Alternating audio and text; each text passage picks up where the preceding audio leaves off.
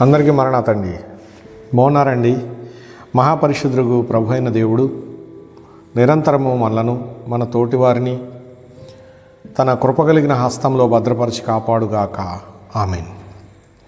ప్రియులారా, దేవుని వాక్యాన్ని మనం చూసినట్లయితే కనుక కీర్తన గ్రంథంలో 121వ కీర్తన 7వ వచనమును మనం చూసినట్లయితే ఆయన నీ ప్రాణమును కాపాడును అన్నారు. ప్రియులారా, ఆయన అనగా దేవుడు. ప్రాణము గలవారు ఎవరు అంటే మనుషులు, జీవరాశులు. ప్రియులారా, దేవుని మహాకృపను బట్టి ఆయన మన ప్రాణాలను కాపాడేటటువంటి వారుగా ఉన్నారు. ప్రియులారా, లేకుంటే దుష్టుడు ఎప్పుడో మనలను హతమార్చి ఉండేవాడు. మన దేశమును దేవుడు ఎంతగానో ప్రేమిస్తూ ఉన్నాడు. మన ప్రియులైనటువంటి సహోదరులను అనగా దేవుని పోలికలో ఉన్నటువంటి మానవులను, నరులను దేవుడు ఎంతో ప్రేమిస్తూ ఉన్నాడు. ప్రియులారా, ప్రేమిస్తూ ప్రతి మానవుని ప్రాణమును దేవుడు కాపాడుతూ ఉన్నాడు. ప్రాణమును హరించే పని దైవ విరోధి అయిన అపవాది చేసే పని. ఈ అపవాది దేవుని ప్రతిరూపాలైనటువంటి మానవుల యొక్క ప్రాణములను హరిస్తూ ఉన్నాడు. ప్రియులారా, అట్టి గండముల నుండి, అట్టి అపాయముల నుండి సర్వోన్నతులకు దేవుడు ప్రజలను కాపాడు పని మీద ఉన్నారు. ప్రియులారా, ఇక్కడ మనము ఆయన యందు విశ్వాసం ఉంచిన ఎడల ఆయన మన ప్రాణములను కాపాడువారుగా ఉన్నారు. ప్రియులారా, భక్తులను మనము చూసినట్లయితే కనుక నోవహు కాలమందు అనగా నోవహు అనే భక్తుడు జీవించినటువంటి కాలమందు ఆదికాండంలో మరి సర్వోన్నతుడైనటువంటి దేవుడు భూలోకమును చూసినప్పుడు భూలోకము బలాత్కారంతో నింపబడి ఉన్నది. మరి దేవుడు ఉగ్రుడై భూలోకములో ఉన్నటువంటి దేవుని పోలికలో ఉన్న మానవులు చేసే ఈ అక్రమాలను, అకృత్యాలను చూసి భూమిని మరి ఆయన శిక్షించటానికి వెంటనే జలప్రళయాన్ని పంపించాలని నిర్ణయించుకున్నాడు. భూజనులు నశించాలి అనే ఉద్దేశం ఆయన కలిగి ఉన్నాడు.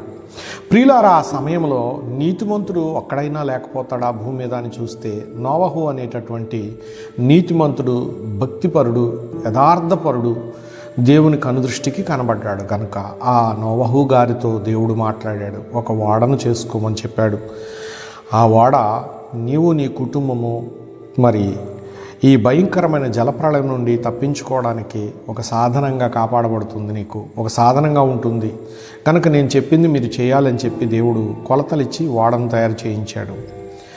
ఆ ప్రకారముగానే ఆయన చేసి ఆ కాలంలో జలప్రళయం రాబోతుంది, మీరు రక్షించబడాలి, మీ ప్రాణాలను దేవుడు కాపాడుతాడు, ఈ ఓడలోకి రండి అని పిలిస్తే ఎవ్వరూ ఆ ఓడలోకి రాలేదు. ప్రియమైన స్నేహితులారా, నోవహు కుటుంబము మాత్రమే ఆ ఓడలోకి వచ్చారు. అలాగే దేవుని చేత ప్రేరేపించబడిన జీవరాశులు మరి పక్షులు ఆ ఓడలోనికి వచ్చినవి.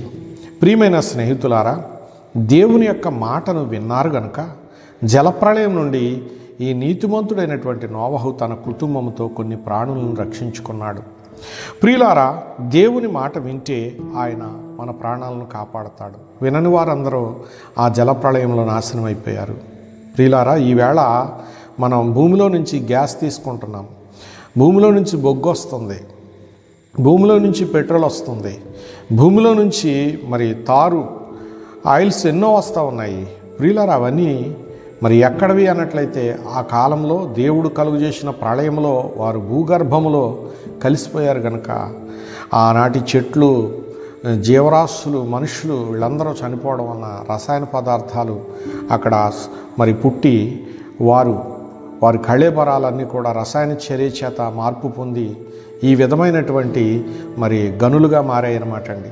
కనుక ఈవేళ మనం అనుభవిస్తున్నటువంటి ఈ సౌఖ్యాలు ఆనాడు దేవుని మాట వెనక నశించిపోయినటువంటి వారే.